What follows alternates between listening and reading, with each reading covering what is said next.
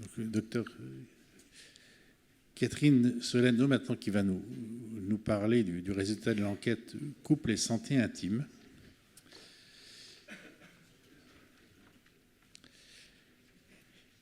Bonjour à tous. Comme je suis plus petite, je baisse un peu le micro. Donc, je vais vous présenter les résultats de l'enquête Vie intime et sexualité, le couple face au cancer de la prostate. Alors, je commence par remercier toutes les personnes qui ont participé à l'enquête, parce qu'on a quand même eu 370 réponses déjà, ce qui est vraiment pas mal. Et surtout que c'était des personnes en couple, donc ça ne s'adressait pas ni aux célibataires, ni aux personnes qui sont célibataires mais qui ont des relations occasionnelles ou des relations mais qui ne sont pas vraiment en couple. Donc c'est vrai je dis tout de suite, on a laissé de côté certaines personnes pour cette enquête. Bon, c'était un choix parce qu'on voulait parler du couple, ça ne veut pas dire qu'on ne s'intéresse pas du tout aux autres, hein, c'est important. Donc je remercie l'ANAMACAP et particulièrement la commission santé sexuelle, donc avec Pierre Bondil qui en fait partie, et puis toutes les personnes qui en font partie, qui nous ont énormément soutenus, donné leur avis, etc. pour cette enquête. Alors, je précise aussi une chose, c'est que cette enquête n'est pas terminée. Ceux qui n'ont pas participé peuvent encore y répondre. Je vous donnerai le QR code à la fin, vous l'aurez sur le... Donc, cette enquête, elle avait pour but d'analyser et de comprendre, elle l'a toujours d'ailleurs, d'analyser et de comprendre les conséquences d'un cancer de la prostate sur les couples. Alors, les réponses ont été faites par des hommes touchés par un cancer de la prostate qui sont en couple, avec un homme ou avec une femme. Enfin, je devrais dire peut-être plutôt avec une femme ou avec un homme. Et on a quand même eu 7 réponses de personnes qui sont en couple avec des hommes. Donc, c'est un sujet qui nous intéresse aussi. Et toutes les questions étaient posées pour des femmes en disant « elles », mais on avait précisé au début qu'on ne mettait pas « il » ou « elle » à chaque fois, mais qu'on était vraiment intéressé aussi par ces réponses, parce que c'est des personnes qui ont souvent encore plus l'impression d'être laissées de côté. Donc, voilà. Donc, l'objectif, c'était de comprendre les besoins. Bon, on sait qu'il y en a des besoins, hein, mais afin de leur proposer et de mettre en place des actions adaptées dans le cadre des soins de support. Donc, je précise aussi que moi, je suis médecin sexologue et andrologue et que je travaille maintenant à Gustave Roussy dans le cadre des soins de support, tout particulièrement pour le cancer de la prostate où il y a des journées de transition, c'est-à-dire une journée entière pour les hommes qui sont en fin de traitement, bon, sauf l'hormonothérapie, et à qui on propose tous les soins de support disponibles. Donc, l'enquête, je précise aussi qu'elle était anonyme. Elle est anonyme, donc ceux qui répondent, on ne peut pas leur envoyer les résultats vu qu'on n'a pas leur mail. Vous voyez, par exemple, on ne le demande pas par souci de confidentialité. Alors, je ne sais pas si je vais être très douée pour passer les... C'est ça ? Voilà. Donc, ça c'est le plan de l'enquête, le plan de mon intervention. Bon. La place de la santé sexuelle et intime, je passe à la vitesse de l'éclair parce que Pierre Bondil vient de vous en parler pendant 20 minutes. Et ce que je veux dire d'important, c'est que les soins de support, ce n'est pas juste de la qualité de vie, c'est aussi la qualité des traitements, la qualité de la survie, c'est vraiment aussi médical, ce n'est pas juste du confort. Pierre sera d'accord avec moi. Donc, notre enquête, alors... Vous avez ici les 370 répondants pour l'instant. Et alors, les tranches d'âge, c'est à peu près 50% qui ont entre 50 et 70 ans et 50% plus de 70 ans. Et vous voyez, la toute petite tranche violette, c'est les hommes qui ont moins de 50 ans. Il n'y en a pas tellement qui ont des cancers de la prostate. Je dirais tant mieux, même si malgré tout, il y en a un. Et ensuite, il y a des hommes qui étaient en suivi, récidive ou rémission. C'est plus des personnes qui sont en suivi. Bon, ce qui paraît logique aussi, parce que quand on est en suivi, on s'intéresse aux conséquences. Et le stade du diagnostic, vous les avez à droite, il y a beaucoup plus de personnes qui ont des cancers localisés ou localement avancés que des cancers métastatiques qui ont répondu. Bon, je vous précise que je vais vous présenter des résultats pour un peu moyens. Je n'ai pas fait par catégorie parce que je n'ai pas le temps de tout vous montrer, parce qu'on avait quand même une 40aine de questions, ce qui fait beaucoup de sujets. Donc, le cancer de la prostate... Ce qu'on a constaté, c'est que l'annonce et les débuts des traitements, c'est quand même un coup d'arrêt pour la sexualité. Moi, je vois en consultation, il y a des hommes qui me disent « On m'a annoncé que j'avais un cancer de la prostate, Une seconde après, mon désir, il est tombé à 0. Et depuis, il est à 0. Alors que ces personnes, elles n'avaient pas encore de traitement. Donc, il y a quand même un impact, bien sûr, des traitements, mais aussi moral, qui est, comme beaucoup de gens disent, c'est le ciel qui m'est tombé sur la tête, si je suis rentrée dans un mur, etc. Ça, c'est vraiment... Et je ne vais pas vous donner tous les chiffres. Bon, je continue parce que là, c'est un peu le plan. Mais après l'annonce et au début des traitements, on a un grand nombre de gens qui disent « j'ai eu aucun rapport sexuel pendant 1 an, voire 2 ans ». Donc là, je vous donne des chiffres plus généraux. Quelle est la fréquence de vos relations sexuelles ou câlins intimes, même si elles ne sont pas forcément de même nature qu'auparavant? Donc, on ne parlait pas de relations sexuelles techniquement à 10 sur 10, avec une bonne érection, bonne pénétration, bonne lubrification, orgasme et tout, c'est vraiment rapprochement sexuel. Et donc, vous voyez qu'il y en a seulement 18% qui disent c'est pareil qu'avant. Ça, c'est la fréquence, hein, c'est pas la qualité. Donc, il y a quand même une forte baisse des rapports sexuels, enfin, des rapprochements sexuels. Et il y en a quand même 24%, donc ça fait un quart, qui disent nous n'avons plus du tout de relations sexuelles ou de rapprochement sexuel.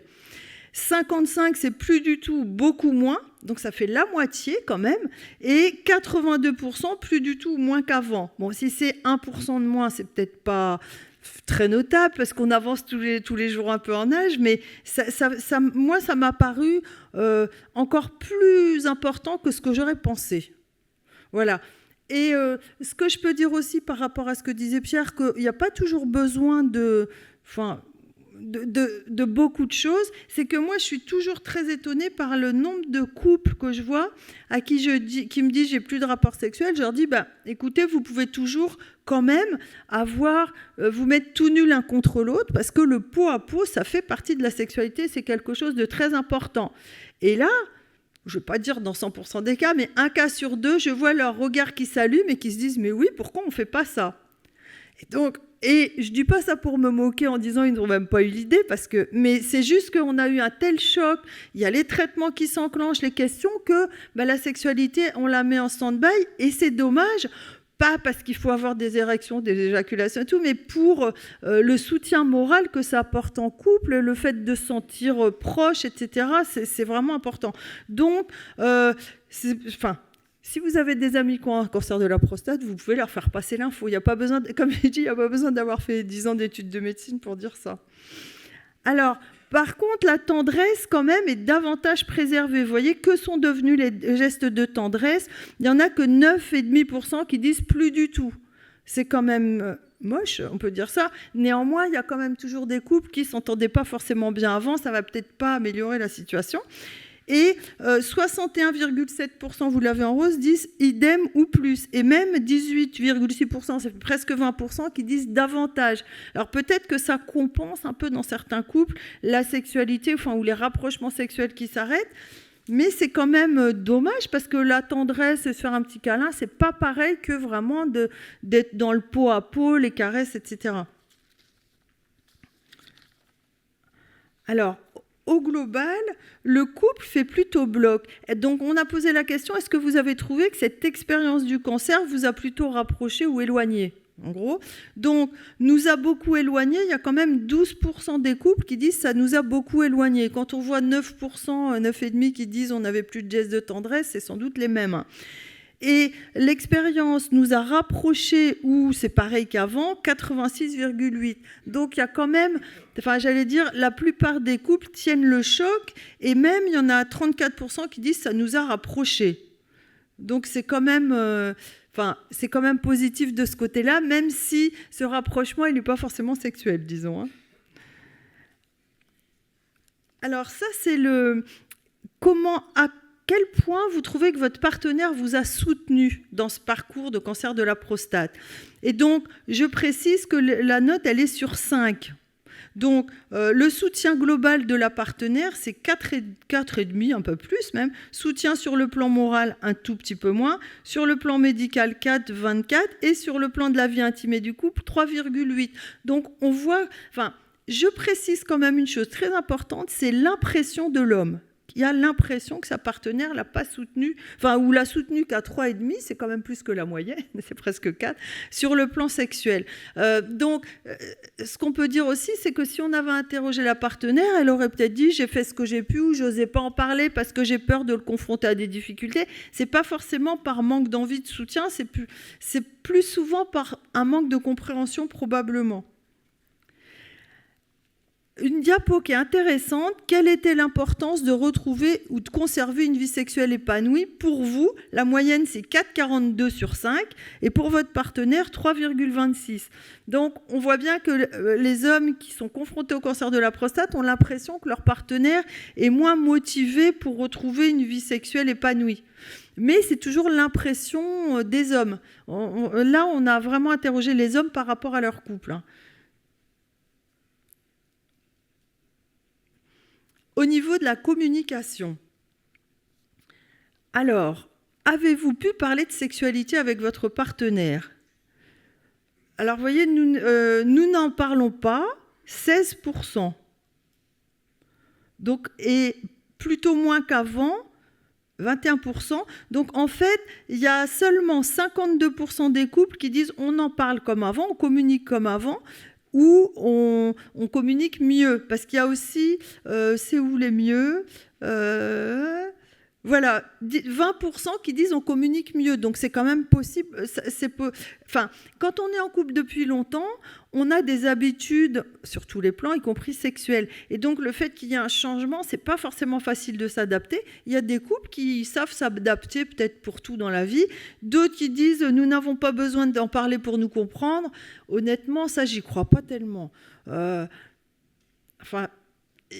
Quand même, on peut parler par des gestes, vous me direz aussi, mais c'est quand même dommage de ne pas pouvoir échanger, de dire ce dont on a besoin, parce que ce n'est pas forcément des choses techniques. C'est aussi de sentir de la proximité, etc.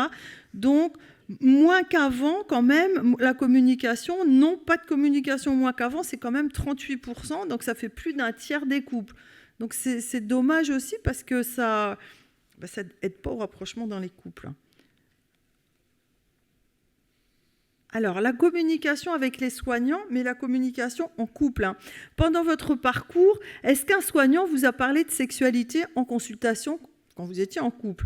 Non, jamais, 45%. Donc, ça fait quasiment la moitié. Oui, parce que j'ai posé des questions, sinon ils n'en auraient pas parlé. Et 24% spontanément, ça fait 1 sur 4. Enfin, ce n'est pas un soignant sur 4, parce que souvent, on voit plusieurs soignants.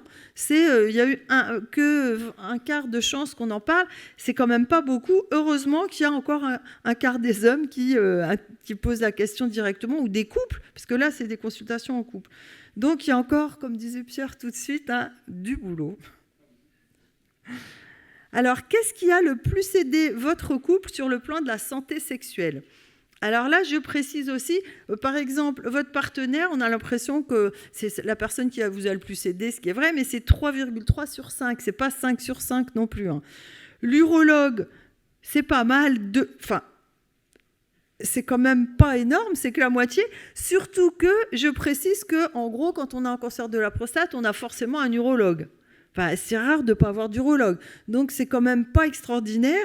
L'ANAMACAP, moi, je trouve que c'est pas... Enfin, remarquez, c'est aussi une enquête qui est portée par l'ANAMACAP, donc c'est quand même normal que les personnes soient informées par l'ANAMACAP.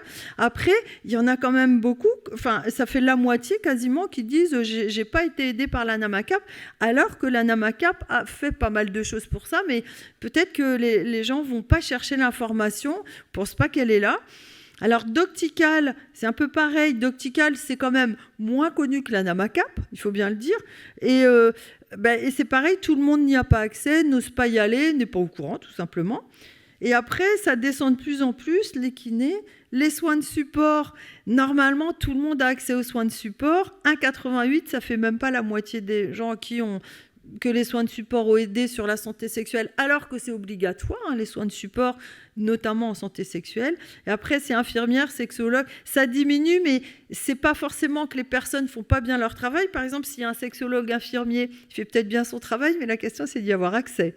Donc, si vous n'y avez pas accès, on vous en a pas parlé. C'est pareil pour les psychologues ou les médecins ou les infirmières, etc. Donc, on voit que c'est quand même... disons que 4 sur 5, ça serait un bon chiffre, je trouve, parce que 5 sur 5, ça ne peut pas être parfait. On en est quand même assez loin. Mais ce qu'on remarque quand même, malgré ce qu'on a vu pour les dissonances ou les différences au niveau du couple, c'est quand même la partenaire qui a le plus aidé. Donc c'est quand même un chiffre important. J'ai pas vu combien de temps il me restait. Non, ça va. Alors, qu'auriez-vous aimé que votre partenaire...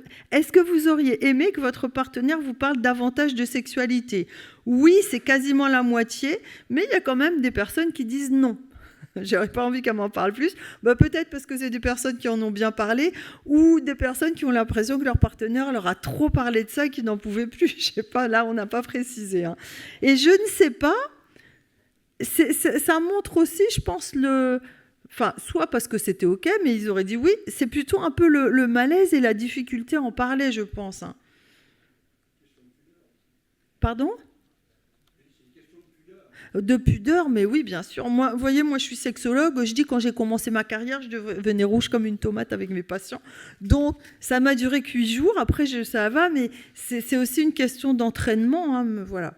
Et donc, alors... Très intéressant, ce que je vous ai gardé maintenant, c'est quels sont les types de demandes, parce qu'on m'a demandé qu'est-ce que vous auriez aimé. Donc, je les ai classés en 5 choses. La demande de soutien. J'aurais aimé que Attendez, je refais là. Qu'auriez-vous aimé qu'elle vous dise ? J'aurais aimé du soutien. On va y arriver ensemble. Je vais t'aider, te remonter le moral, qu'elle soit plus attentive, plus de patience et qu'elle me redonne confiance en moi en m'accompagnant avec empathie, en me rassurant. Ce n'est pas le cas et j'ai peur. Vous voyez, c'est demande d'expression du désir. Alors là, je crois même que j'en ai enlevé. Qu'elle en ait envie, qu'elle me désire encore, j'ai toujours envie, qu'elle me dise, qu'elle prenne l'initiative, qu'elle dise j'ai envie de rapport. C'est vraiment important et on sait, on dit souvent, les hommes ont besoin de se sentir désirés pour se sentir aimés. Parce qu'ils ont l'impression que s'ils ne sont pas désirés, leur femme ne les aime pas, ce qui pourtant n'est pas forcément le cas, hein, mais c'est quelque chose qui participe au sentiment d'amour, d'être aimé en fait. Voilà. Donc, et là, je me dis, on a un travail à faire auprès des partenaires aussi. Alors, la demande d'échange, dire son ressenti, j'aimerais qu'elle me demande de temps en temps comment je progresse, que nous parlions de nos fantasmes, qu'elle me demande comment faire pour passer ensemble cette période, comment puis-je t'aider, ses préférences en l'absence de pénétration, c'est des échanges pour essayer de se comprendre. Des demandes d'adaptation. Qu'elles disent, nous pouvons nous adapter, comment je peux t'aider, comment envisager une nouvelle relation intime, comment faire pour passer cette période, est-ce que tes envies ont changé, que nous continuions avec des caresses, comment stimuler mes érections, souhaites-tu avoir des relations sexuelles ? Parce qu'il y a des hommes qui disent, moi, peut-être que je veux bien des contacts, mais pas de relations sexuelles, au moins pendant un temps, pour une raison ou une autre. Hein. Voilà. Demande de tendresse et de contact. Plus de tendresse, faire plus souvent des câlins, approche plus tendre, des câlins sans pénétration, qu'elle me touche plus, qu'elle me donne de la tendresse. C'est très important parce que quand on est avec quelqu'un de malade, on peut avoir peur de toucher cette personne. Il y a des femmes qui ont peur parce que ça confronte leur partenaire, leur homme, à des difficultés. Donc, ils se disent, vaut mieux rien faire parce qu'il va être déçu. Vous voyez, il y a tout ça. Donc, la demande de tendresse et de contact. Et donc, vous voyez, c'était les 5 items. Donc, l'information, il y a des progrès à faire. Vous a-t-on proposé, en couple, des solutions devant les difficultés sexuelles ? Alors là, non, et nous aurions bien voulu en avoir. Oui, mais c'était trop limité. Vous voyez, il y a au moins les 2/3, 65% qui disent « j'ai pas suffisamment eu accès à des solutions ». Là, c'est pas le soutien, c'est vraiment des solutions pratiques. Qu'est-ce qu'on peut faire ? Et 26% seulement se sont vus proposer des solutions. C'est ce qu'on disait, c'est un quart à peu près qui ont eu accès à l'information. Alors, il y a des attentes multiples qui sont très individualisées. Tout le monde n'a pas besoin des mêmes choses. Donc, on a demandé de quoi vous auriez besoin. Alors, des informations médicales, c'est en premier. Des témoignages de personnes passées par la même chose. Et là, c'est très intéressant, le téléphone de la NAMACAP, parce qu'il y a des échanges qui sont formidables à ce niveau-là, quand on appelle, quand on tombe sur quelqu'un. Des questions de l'équipe médicale, du soutien de ma partenaire, qu'on prenne en compte ma partenaire, 19%, des consultations de soutien psychologique. Alors, je tiens à dire qu'avec l'ANAMACAP, Doctical organise des ateliers en visio où justement les réponses sont individualisées. On en a un, c'est le 25 juin, je vais vous dire la date, je l'ai marqué quelque part. Oui, le 25 juin à 18h en visio. Ça peut être anonyme parce qu'on peut cacher sa photo. On peut mettre un autre prénom ou juste son prénom. On peut envoyer les questions à l'avance. Donc, même si on n'intervient pas, on peut avoir une réponse à ces questions. Et il y aura 2 urologues et moi qui répondront aux questions. Ainsi qu'on a toujours une personne qui est passée par là, parce que c'est souvent très, très riche d'avoir aussi des témoignages. Je dirais que c'est souvent presque ce qu'il y a de plus intéressant. Voilà. Et donc, en conclusion, le couple fait plutôt bloc. Il est globalement renforcé et stabilisé. Mais le soutien des partenaires est bon, mais moyen, plus difficile pour la santé sexuelle. Il y a des attentes fortes et pas beaucoup de demandes d'aide. Les hommes, enfin, j'ai pas trop montré ça, mais ne demandent pas beaucoup non plus, ni à leurs partenaires, ni aux soignants. Le désir, c'est une question très présente. Les soignants et nos partenaires ne sont pas suffisamment initiateurs de communication. La tendresse se maintient, mais il y a quand même beaucoup de demandes. Et l'accompagnement est jugé assez décevant. Donc en tête, l'urologue, l'ANAMACAP, Doctical, mais il y a un déficit de notoriété. Et donc, j'ai donc fini. Si vous voulez participer encore à l'enquête, vous pouvez photographier ça pour avoir accès à l'enquête ou nous demander tout à l'heure. C'est bon. Merci, je suis dans les temps en plus. Merci.